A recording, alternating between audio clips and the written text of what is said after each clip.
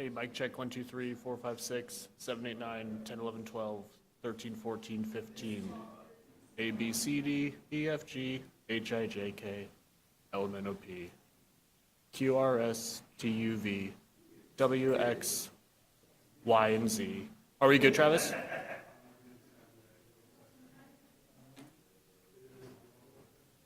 Hey, 1, 2, 3. I'm Tom Ferguson. 4, 5, 6.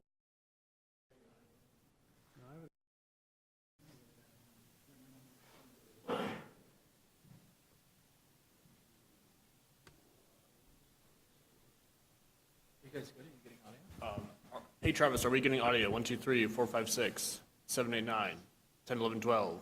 Is it just you guys? Are all y'all getting audio?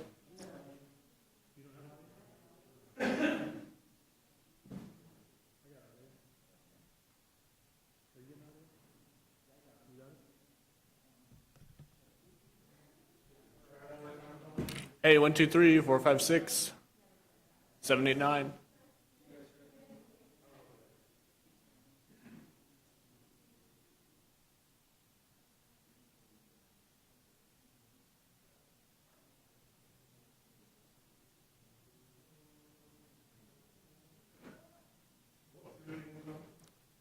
Out of the night that covers me. Okay.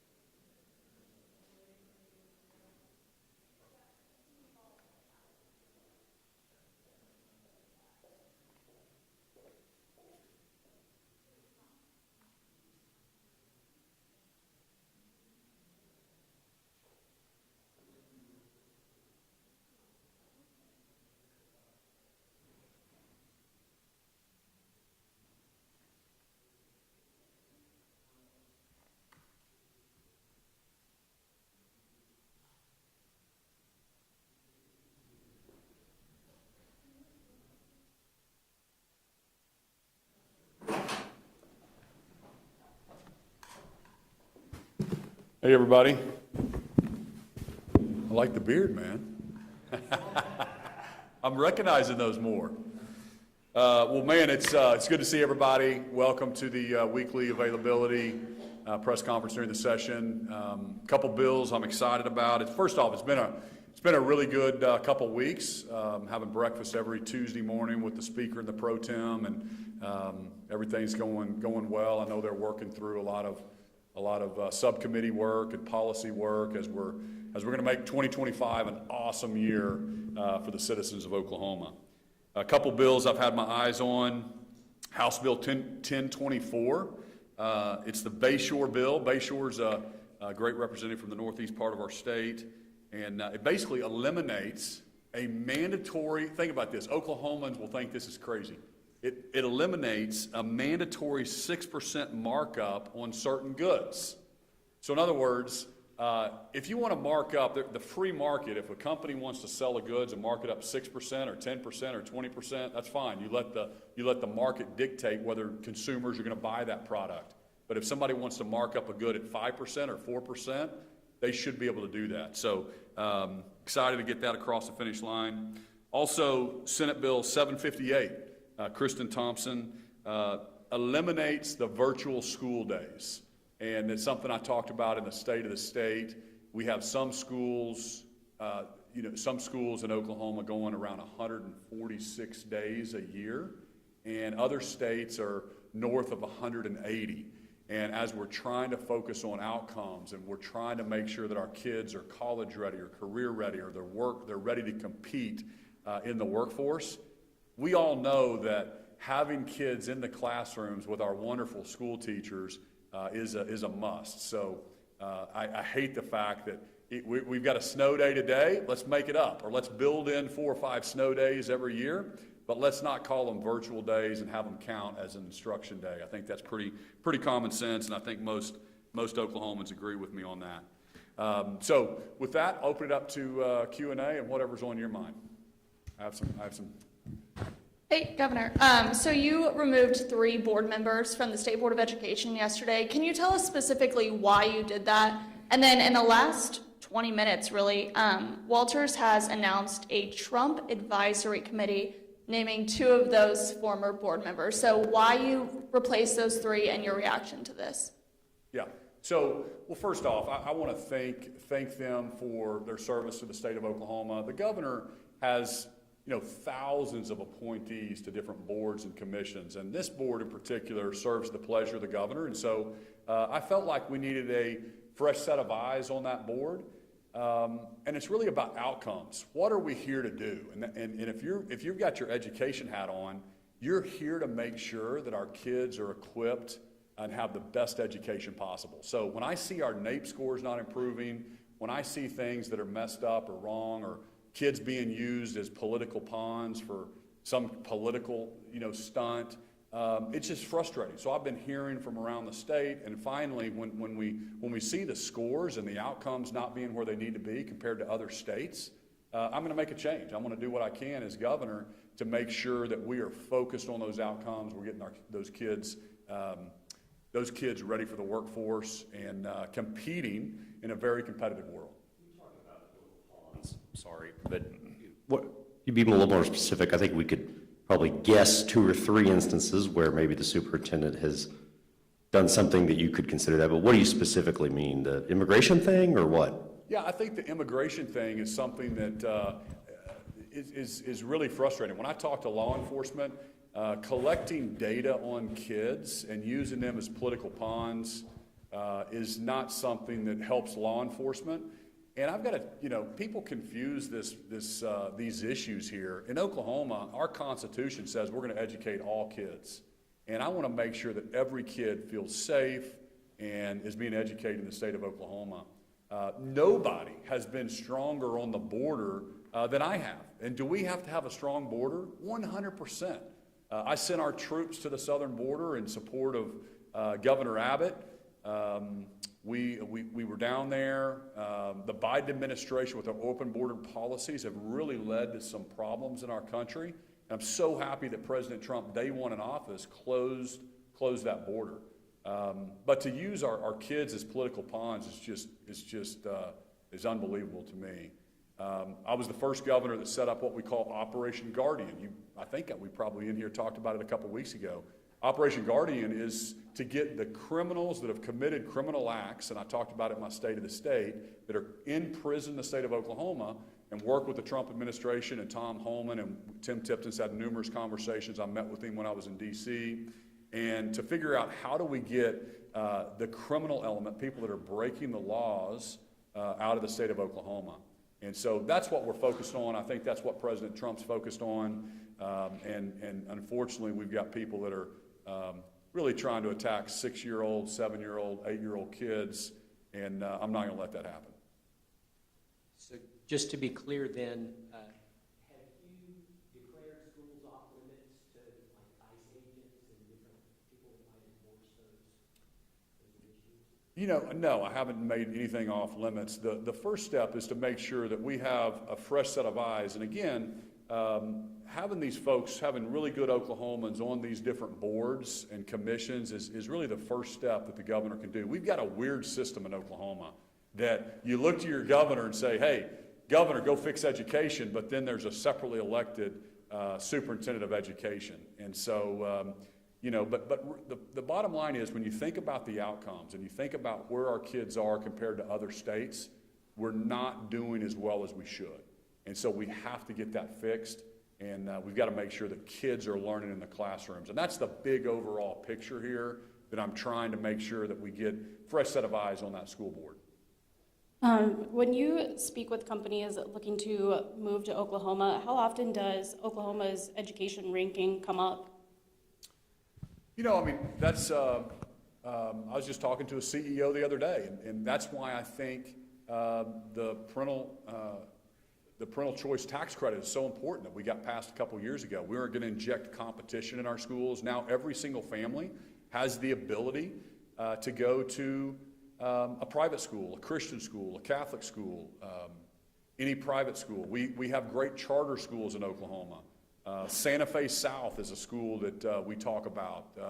The KIPP schools, there's schools that do apprenticeships, which I think are more and more going to be in vogue as we move forward, because when you think about kids going to school 2 or 3 days a week and then going into an internship or an apprenticeship, that's what other countries are doing in their education model.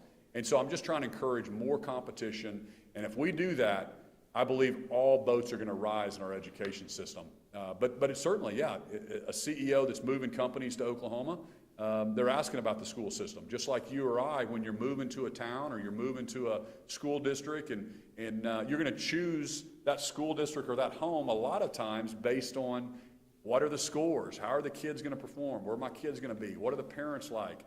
And so that's pretty normal for a parent to want to make sure their kids have the best education possible.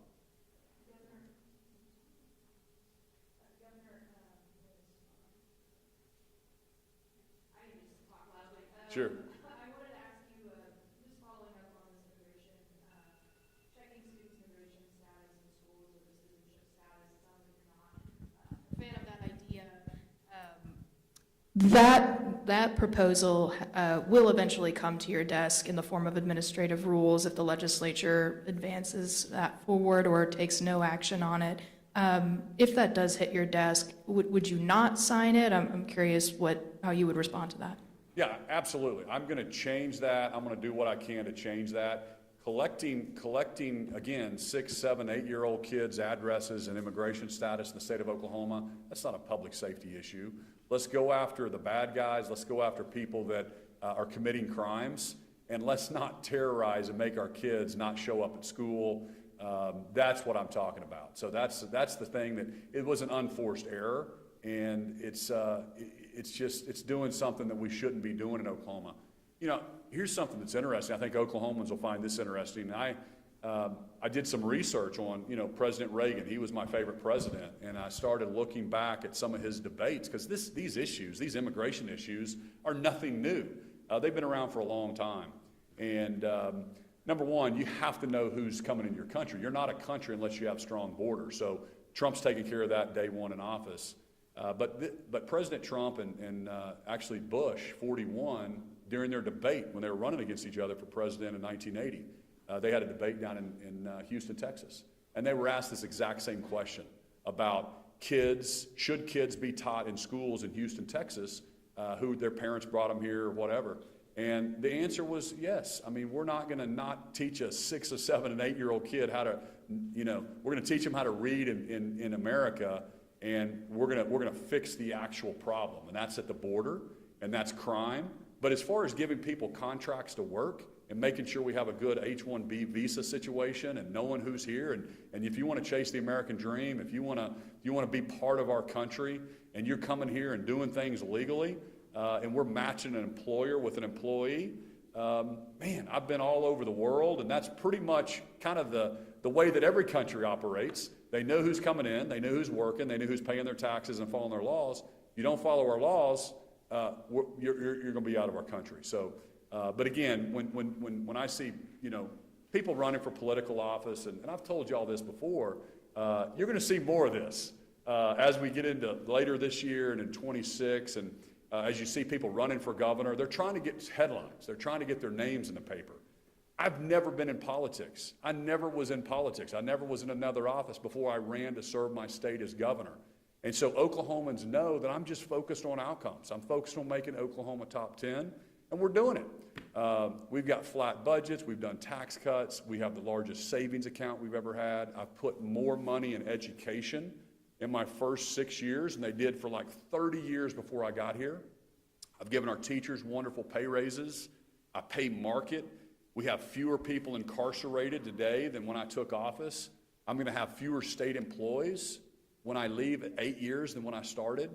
And so we've been very proud of this. And but I've got to call balls and strikes when I see people attacking my state or attacking or not doing a good job in education. I'm going to step in and do what I can to try to fix it.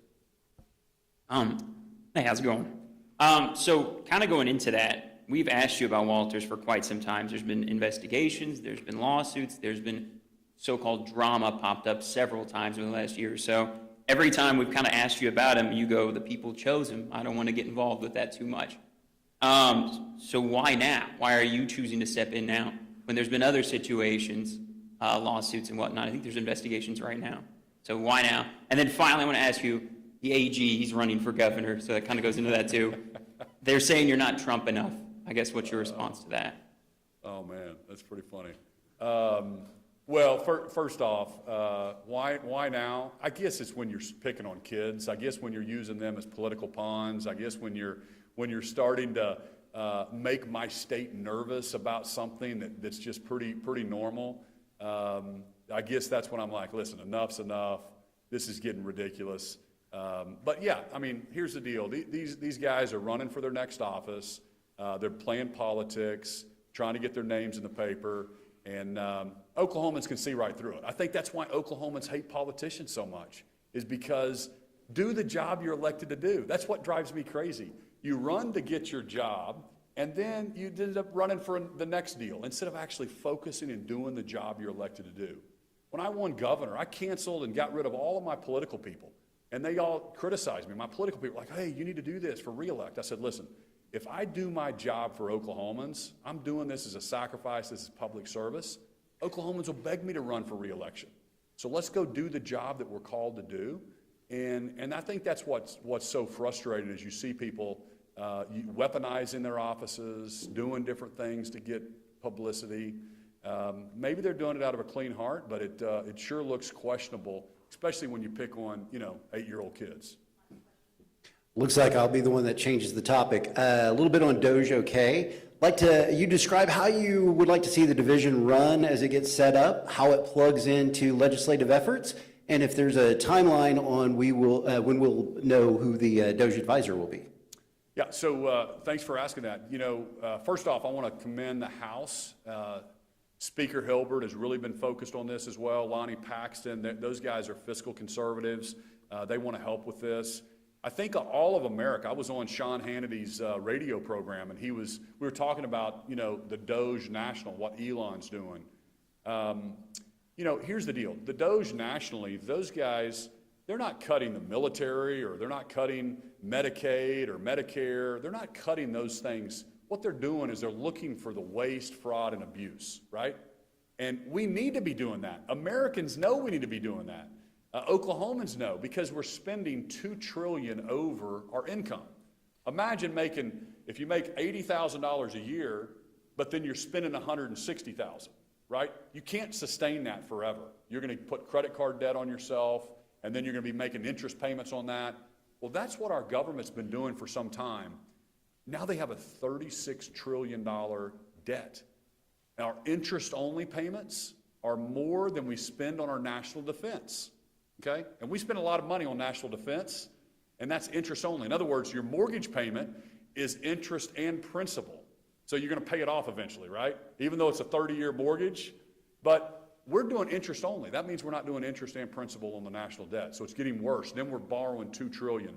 So some of the stuff they're finding on the federal level is just amazing. I've been doing DOGE-OK since I started. I've been doging in Oklahoma since January of 2019. And as you know, I'm a smaller government, flat budgets, give the money back to the people, keep this place as small as possible. And so we're going to do that, and we're going to also let Elon and the president know if you need to cut the state budgets, because a lot of our budgets come from the feds, right? So California gets a lot of money from the feds, Oklahoma, Texas, Florida, all of us do.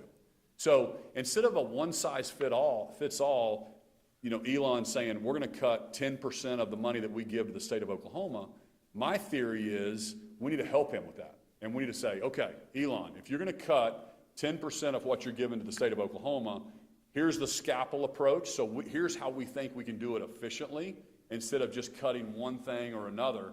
And so we think we can help him with that. And if you extrapolate that over 50 states, that's where he can come up with $500 billion or $1 trillion, whatever the number is. So that's my purpose with the DOGE-OK, is to really help Elon know if you can block grant something to us, here's how it needs to look. I mean, FEMA, I've got a call with FEMA later this week, and they're thinking about a block grant situation that'll help us.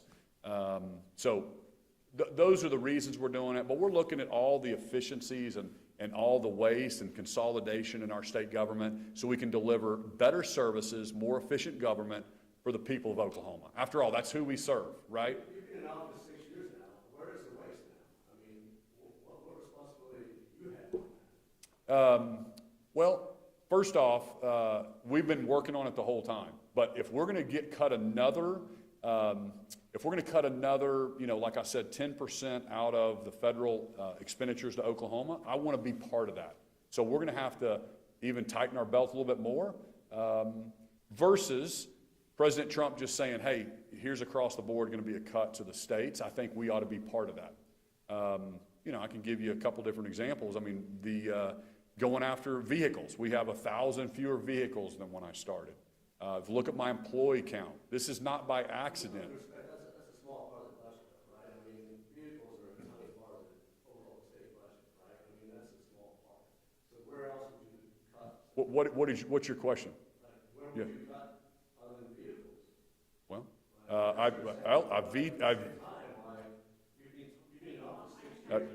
I vetoed the OETA deal. I would have cut about $5 million from a state agency. I know you love that kind of stuff, but I would have. Listen, here's what people like you don't understand. If it's more than a ham sandwich, I'm going to look at it. $5 million here, $5 million there, it all adds up. It's all the taxpayer money. It's really easy for guys like you to try to spend other people's money. And so don't say it's a small part of the budget. If I can cut 1,000 vehicles, I think most of Oklahomans would say, great job, Governor, let's cut that. But what may be small to you may not be small to others. So I'm going to cut as much as I can. I'm going to cut as much as I can. Sir, what's your relationship with Superintendent Walters like right now? Yesterday you said you were part of the swampy political establishment. Well, I haven't talked to Mr. Walters, so I don't think the relationship's really good at all. After I read what he said, it didn't sound like he liked me too much. But when I focus on I know he's running for another office and trying to get headlines, and so he can do that all he wants. But when we focus on the kids and we focus on outcomes, let's make sure that we're keeping the kids at the center. And so, you know, when you've got failing test scores and you've got this kind of turmoil and drama, and he's the superintendent of education, he needs to be held accountable for that. And we need a fresh set of eyes on those boards. I'm sorry? Why specifically leave Sarah LePack and Zachary Archer on the state board? Those are two people that I think I can work with, and they were on there, I believe, more recently than the others. And again, I mean, I switch out boards quite a bit. We have probably 3,000 appointments or so over an 8-year period. I mean, Chris Brule can probably give the exact number, but it's a lot of folks. And so I switch people out, and I even talked to Burdick. I said, hey, love your service to the state. Where else could we plug you in? So I'm not precluding these guys from serving again somewhere else. And I ruffle a lot of feathers. When I first got in, removing people from transportation or this department, they got their feelings hurt. But we've put them on other boards, and I believe that you need fresh set of eyes, right? Sometimes you need a shakeup. If you're not winning football games, you change your quarterback, right? If we're going 3-8 and something, I'm a guy that's not going to take. We will have a winning culture in Oklahoma. We want to be top 10. So if we're not top 10 in education, Oklahomans should be mad. We should try something else, right? I'm not going to sit back and not continue to use every lever I can to try to protect Oklahomans and try to make our education system better. God bless you. Thank you, guys.